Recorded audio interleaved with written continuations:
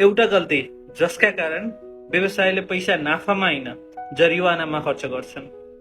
व्यवसाय सुरु गर्दै गर्दा हामी प्रोडक्टको बारेमा बुझ्छौँ, मार्केटिङको बारेमा सिक्छौँ, सेल्स सिक्छौँ, तर एउटा महत्त्वपूर्ण कुरा बिर्सिन्छौँ, व्यवसाय कसरी कानुनी रूपमा सञ्चालन गर्ने भन्ने बारेमा। धेरै पहिला पुस्ताको उद्यमीहरूको अवस्था एउटै नै छ। कम्पनी रेजिस्ट्रेसन गरियो, त्यसपछि प्यान कहिले चाहिने, भ्याट कहिले अनिवार्य हुन्छ, ट्याक्स कसरी फाइल गर्ने, लेबर ल के भन्छ, स्थानीय सरकारको लाइसेन्स चाहिन्छ कि नै या फिर केन्द्रमा मात्र दर्ता भएर पुग्छ, यी सबै कुरा कसैले पनि सिकाउँदैन र धेरै जसो हामीहरूले चाहिँ गल्ती गरेर मात्र सिक्छौँ।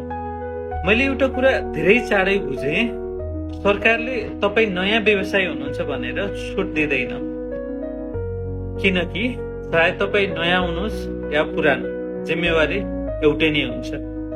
धेरै उद्यमीहरूले एउटा भ्रम पाल्नुहुन्छ, अहिले व्यवसाय सानो छ पछि मिलाउला नि त।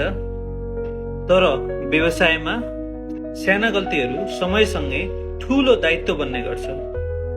कहिलेकाहीँ एउटा छुटेको ट्याक्स फाइलिङले या फिर एउटा नलिएको लाइसेन्सले वा एउटा गलत कागजातले तपाईँले महिनौं गरेर कमाएको नाफा भन्दा पनि अझ महँगो पर्न सक्छ।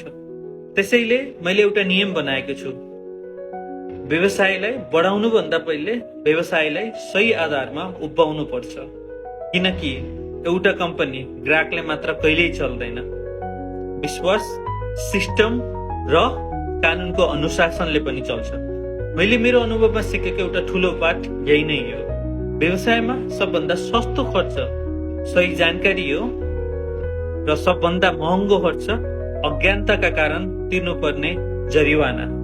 यदि तपाईँ पहिलो पुस्ताको उद्यमी हुनुहुन्छ भने कानुन बुझ्नु विकल्प होइन, यो पनि व्यवसायको एउटा हिस्सा हो, एकदमै महत्त्वपूर्ण हिस्सा हो।